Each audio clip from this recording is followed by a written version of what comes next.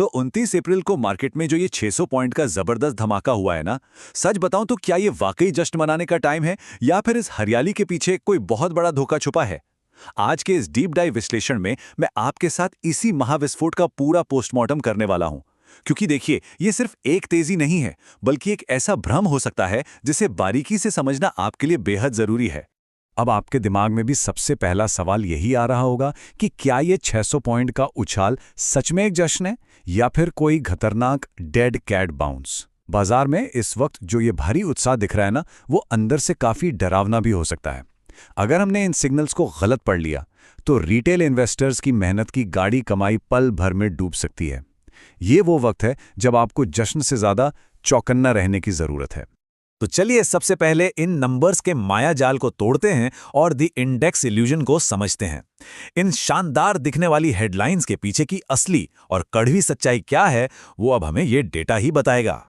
जरा इस भारी भरकम नंबर पर गौर कीजिए, 77,496। 29 अप्रैल को सेंसेक्स ने इस शिखर को छू लिया। मतलब इस लेवल ने दुनिया भर के बड़े बड़े ग्लोबल एक्सपर्ट्स को भी हैरत में डाल दिया। इतनी बड़ी छलांग की उम्मीद सच में किसी को नहीं थी। लेकिन ये आंकड़ा जितना बड़ा और अट्रैक्टिव दिख रहा है ना, इसके पीछे की कहानी उतनी ही ज्यादा उलझी हुई है। कहानी का दूसरा पहलू आपको निफ्टी में दिखेगा। इसका इंट्राडे हाई तो 24,335 तक गया, लेकिन इसकी क्लोजिंग कहाँ हुई? काफी नीचे, सिर्फ 24,177 पर। देख रहे हैं आप? ये अंतर साफ तौर पर बताता है कि ऊपरी लेवल पर बेयर्स यानी मंदड़ियों ने कितना जोरदार प्रहार किया है। यहां सीधे सीधे सेल ऑन राइज की रणनीति हावी रही है। 24,000 का जो लेवल है वो अब सिर्फ एक सपोर्ट नहीं रहा, बल्कि एक ऐसा साइकोलॉजिकल जंग का मैदान बन चुका है जहां भयंकर लड़ाई चल रही है।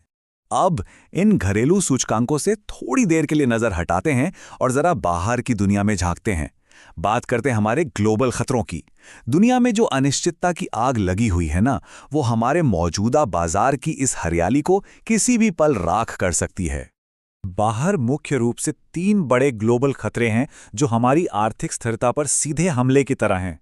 पहला, 1 मई से ओपेक प्लस से बाहर होने का यूएई का एकदम बॉम्बशेल फैसला।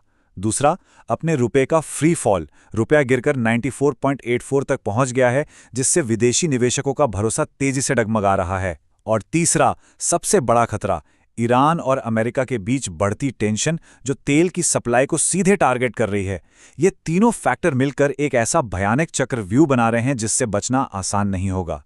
स्थिति कितनी गंभीर हो चुकी है, इसका अंदाजा आप कच्चे तेल की कीमतों से लगा सकते हैं। ये $115 प्रति बैरल के डरावने लेवल के पार जा चुका है। जरा सोचिए, अगर सरहद पर युद्ध की आग और भड़कती है तो ये आंकड़ा $150 तक भी पहुंच सकता है। और अगर ऐसा हुआ तो आज बाजार में जो ये तेजी दिख रही है वो ऊंट के मुंह में जीरा साबित होगी, मतलब पूरी तरह से नगण्य। ये एक ऐसा रिस्क है जिसे हम बिल्कुल भी इग्नोर नहीं कर सकते। चलिए अब मार्केट के एक और अहम मोर्चे की बात करते हैं, FII वर्सेस DII। पर्दे के पीछे ना एक बिल्कुल खामोश लेकिन बहुत खतरनाक युद्ध चल रहा है।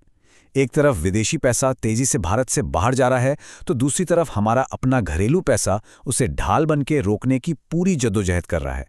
मैं आपको आंकड़े बताता हूं। सिर्फ अप्रैल के महीने में विदेशी निवेशकों यानी FII ने 56,000 करोड़ रुपए बाजार से निकाल लिए।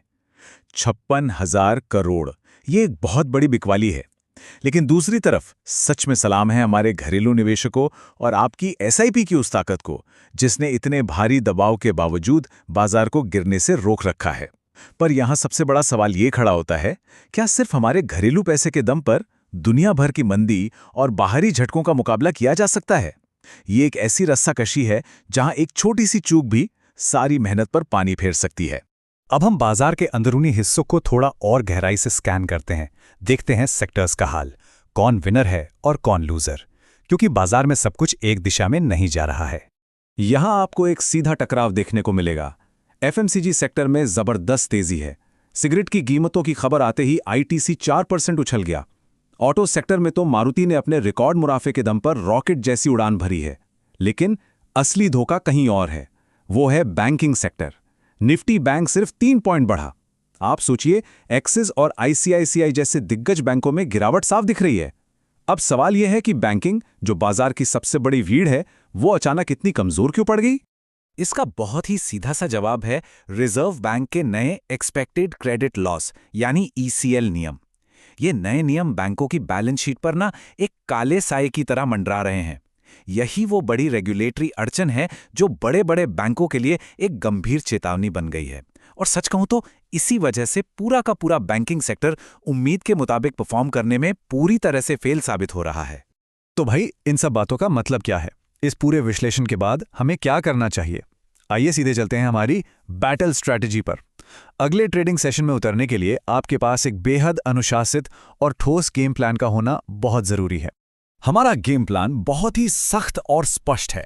अगर आपको निफ्टी में बुलिश होना है तो बाजार के 24,210 के लेवल के ऊपर टिकने का इंतजार करना ही पड़ेगा, कोई जल्दबाजी नहीं।